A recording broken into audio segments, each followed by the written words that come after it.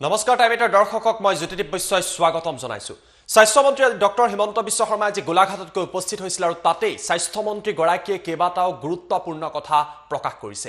এই মুহূৰ্তত আমি আপোনালোকৰ বাবে সেই খবৰটো লৈ আহিছো মৰিগাঁৱৰ সমগ্ৰ ঘটনাক লৈ স্বাস্থ্যমন্ত্ৰী ডক্টৰ হিমন্ত বিশ্ব শৰ্মাৰ প্ৰতিক্ৰিয়া। স্বাস্থ্যমন্ত্ৰীগৰাকীয়ে উল্লেখ কৰিছে যে মৰিগাঁৱত ইতিমধ্যে উপায়ুক্ত আৰক্ষী অধীক্ষকক কোৱাৰেণ্টাইন কৰাৰ নিৰ্দেশ দিয়া হৈছে। ইয়াক লৈ ডক্টৰ হিমন্ত বিশ্ব শৰ্মাই উল্লেখ কৰিছে মৰিগাঁৱত থকা নিজামুদ্দিনৰ মুৰব্বীগৰাকী জামাতলৈ গৈছিল, কিন্তু প্ৰথম অৱস্থাত সেই কথা ব্যক্তিগৰাকীয়ে চৰকাৰক অৱগত কৰা নাছিল। অৰ্থাৎ প্ৰথম অৱস্থাত তেওঁ সেই কথা লুকুৱাই ৰাখিছিলে।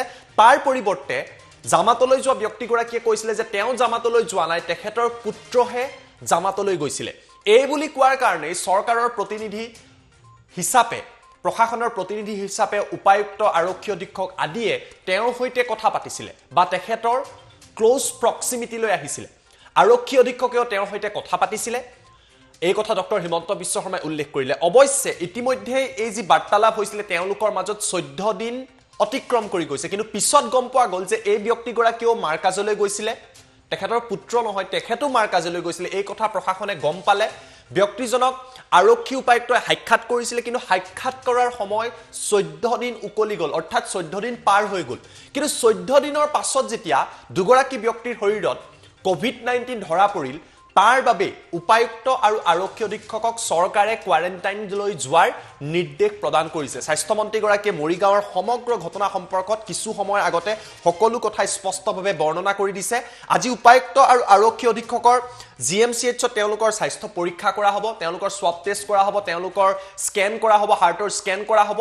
যদি তেওঁলোকৰ কোনো ধৰণৰ কমপ্লিকেশ্যন নাপায়, অৰ্থাৎ তেওঁলোক যদি কোনো ধৰণৰ তেওঁলোকৰ লক্ষণ নাথাকে, কৰোনাৰ যদি তেওঁলোকৰ লক্ষণ নাথাকে, তেওঁলোকে কাৰ্যালয়ত যোগ দিব পাৰিব।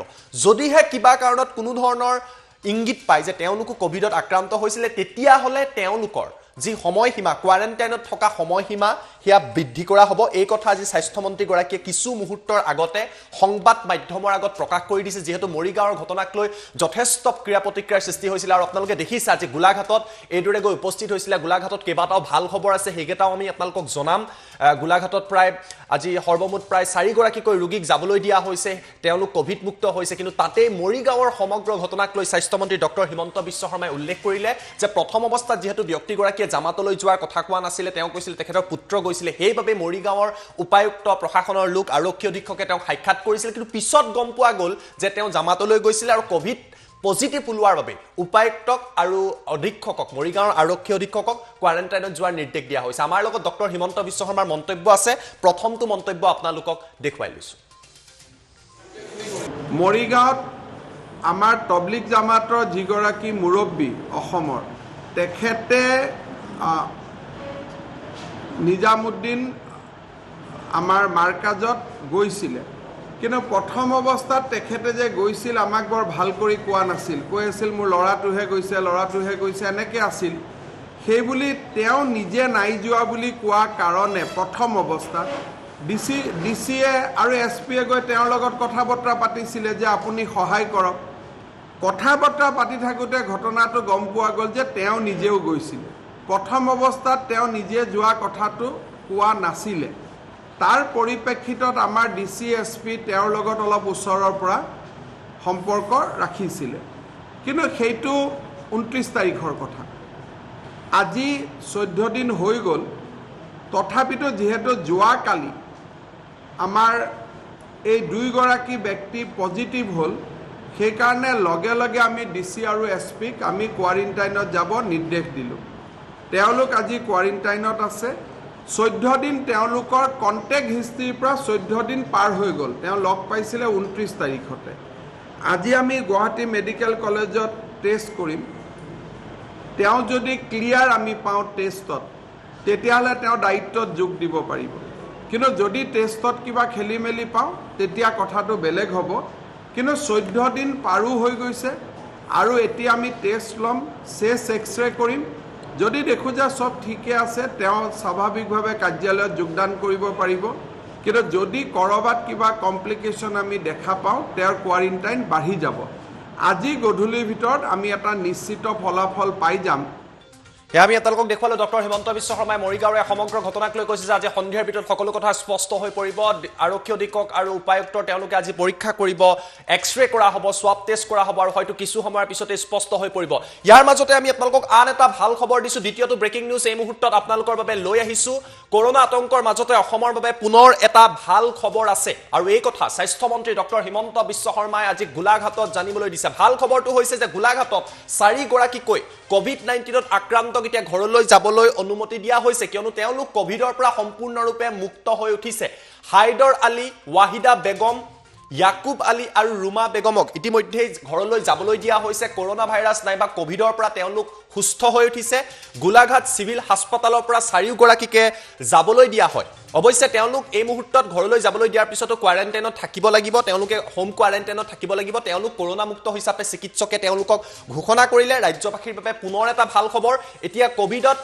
9 গৰাকীকৈ লোক কোভিডৰ পৰা অসমত সুস্থ হৈ উঠিছে যেটো ৰাজ্যবাসীৰ বাবে এটা সুনিশ্চিতভাৱে ভাল খবৰ স্বাস্থ্য মন্ত্ৰী ডক্টৰ হিমন্ত বিশ্ব শৰ্মাই এই কথা জনালে অসমত বৰ্তমানলৈকে 9 গৰাকীকৈ লোক কোভিড-19 নাইবা কৰোনাৰ পৰা সুস্থ হৈ উঠিছে আৰু গোলাঘাটত 4 গৰাকীকৈ ব্যক্তিক ঘৰলৈ যাবলৈ দিয়া হৈছে 4 গৰাকী ব্যক্তি প্ৰত্যক্ষ কৰিছে তেওঁলোক কৰোনা ভাইৰাছ নাইবা কোভিডৰ পৰা মুক্ত হৈ উঠিছে তেওঁলোকক চৰকাৰে চিকিৎসা প্ৰদান কৰিলে আৰু চিকিৎসা প্ৰদান কৰাৰ পিছত তেওঁলোক এতিয়া কৰোনাৰ পৰা মুক্ত হৈ উঠিছে যেটো সুনিশ্চিতভাৱে সমগ্ৰ ৰাজ্যবাসীৰ বাবে ভাল খবৰ এতিয়া 34টাকৈ অসমত কৰোনাৰ পজিটিভ কেছ ধৰা পৰিছিল তাৰে 9 গৰাকী সুস্থ হৈ উঠিছে আৰু এগৰাকীৰ মৃত্যু হৈছে আৰু আজি গোলাঘাটত 4 গৰাকীকৈ লোকক ঘৰলৈ যাবলৈ দিয়া হৈছে তেওঁলোক হোম কোৱাৰেণ্টাইনতেই থাকিব লাগিব আমাৰ লগত ডক্টৰ হিমন্ত বিশ্ব শৰ্মাৰ সেই মন্তব্যটো আছে সেই মন্তব্য এই মুহূৰ্তত দেখুৱাই লৈছো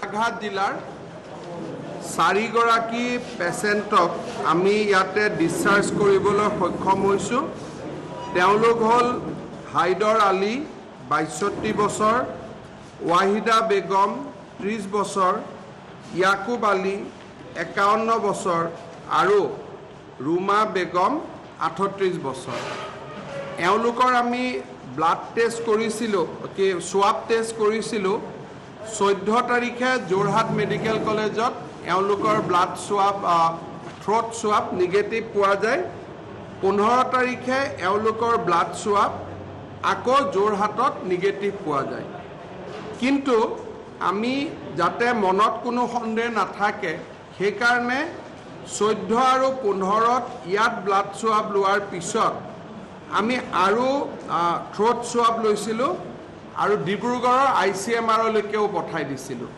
যোৱাকালি ICMR-এও এখেতসকলক নিগেটিভ বুলি কয় অৰ্থাৎ যদিও আমি 14 আৰু 15ৰ যোৰহাটৰ ৰিপৰ্টৰ ওপৰতে এখেতসকলক আমি ডিসচাৰ্জ দিব পাৰিলোহেঁতেন তথাপিতো ৰাইজৰ মনত বিশেষকৈ গোলাঘাট জিলাৰ বাকী ৰাইজৰ মাজত যাতে কোনো এটা পৰিবেশৰ সৃষ্টি নহয় সেই কাৰণে আমি ICMR লাহুৱাললৈকেও পঠাইছিলো লাহুৱালেও এওঁলোকক নিগেটিভ বুলি ক'লে তাৰ পিছত আমি এখেতসকলৰ এক্সৰে ললো এক্সৰেটো আমি লাঞ্চত এতিয়া আৰু কোনো ডিফিকাল্টি নেদেখিলো ডক্টৰ সকলেও তেওঁলোকক পৰীক্ষা কৰিলে আৰু ডক্টৰ সকলেও তেওঁলোকক ডিসচাৰ্জ কৰিব পাৰে বুলি ক'লে তাৰ পিছতে গুটেইখিনি আমাৰ গুৱাহাটীৰ ডিসচাৰ্জ যিখন বোৰ্ড তালৈকে গ'ল আৰু ডিসচাৰ্জ বোৰ্ডে এখেতসকলক আজি আমাৰ ডিসচাৰ্জ দিলে এখেতসকলক ধৰিলে আমি সোণাপুৰৰ পৰা 2 গৰাকীক ডিসচাৰ্জ দিলো গোৱালপাৰাৰ পৰা 3 গৰাকী 5 গৰাকী আৰু আজি আমাৰ ইয়াতে 4 গৰাকী সৰ্বমুঠ 9 গৰাকী ব্যক্তিক আমি হস্পিটালৰ পৰা মুক্তি দিবলৈ সক্ষম হৈছো আৰু দুৰ্ভাগ্যবশতঃ ইয়াৰ মাজতে এজন ব্যক্তিৰ পৰলোক প্ৰাপ্তিও হয় গতিকে বৰ্তমানলৈকে 10টা কেছ এটা দুৰ্ভাগ্যজনকভাৱে আৰু 9টা সন্তোষজনকভাৱে আমি ক্লোজ কৰিবলৈ সক্ষম হৈছো ইয়াৰ উপৰিও বাকি নাম কেটা আছে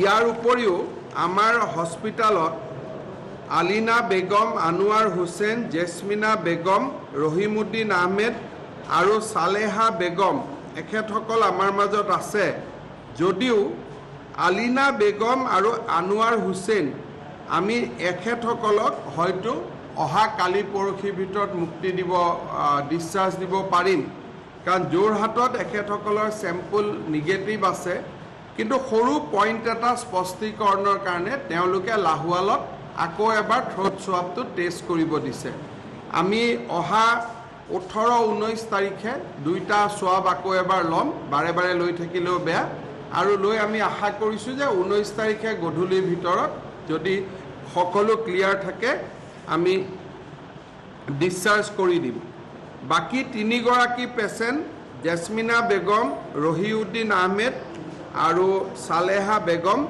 এখেতসকল এতিয়াও বাৰে বাৰে পজিটিভ দেখুৱাই আছে গতিকে এখেতসকলৰ হয়তো আৰু 2-3 দিন এই বাকি 3 গৰাকী পেশেন্টে অপেক্ষা কৰিব লাগিব কিন্তু মোৰ আশা যে 22 বা 23 এপ্ৰিলৰ ভিতৰত গোলাঘাট জিলাৰ গোটেইকেইজন ৰোগীকে আমি মুক্তি দিব পাৰিম বুলি আমি আশা কৰিছোঁ।